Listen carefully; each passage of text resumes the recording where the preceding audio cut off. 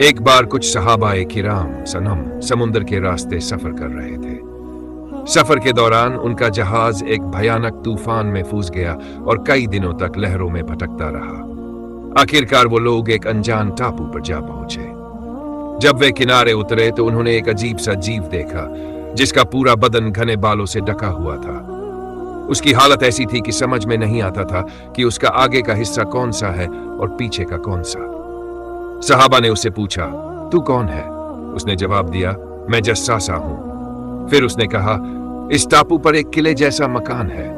वहां एक आदमी है जो तुम्हारे आने का इंतजार कर रहा है और तुम्हारे बारे में जानना चाहता है। सहाबा ये सुनकर हैरान हुए, लेकिन जस्सासा की बात मानकर उस मकान की तरफ बढ़ गए। जब वे उस किले में दाखिल हुए तो उन्होंने एक बहुत ही बड़े और ताकतवर आदमी को देखा जो भारी जंजीरों में जकड़ा हुआ था।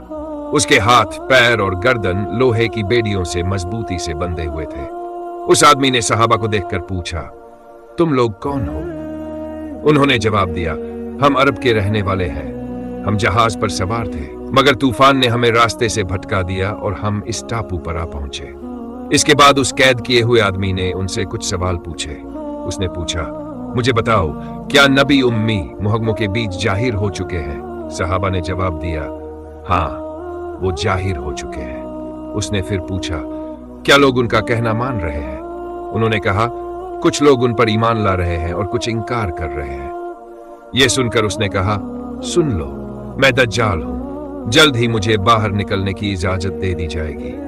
जब मुझे इजाजत मिलेगी तो मैं पूरी जमीन में घूमूंगा और 40 दिनों के अंदर हर बस्ती में पहुंच जाऊंगा। लेकिन मक्का और मदीना में मैं दाखिल नहीं हो सकूंगा क्योंकि वहां फरिश्ते तलवारें लिए मेरी राह रोकेंगे।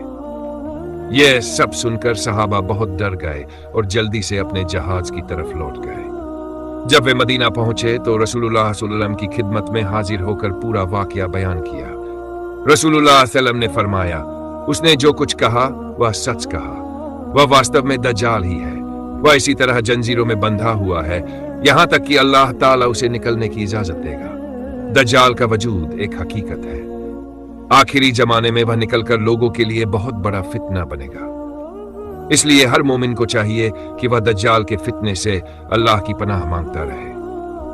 रसूलुल्लाह सल्लल्लाहु अलैहि वसल्लम ने हमें सिखाया है कि हर नमाज में तशहुद के बाद दज्जाल के फितने से पनाह मांगी जाए।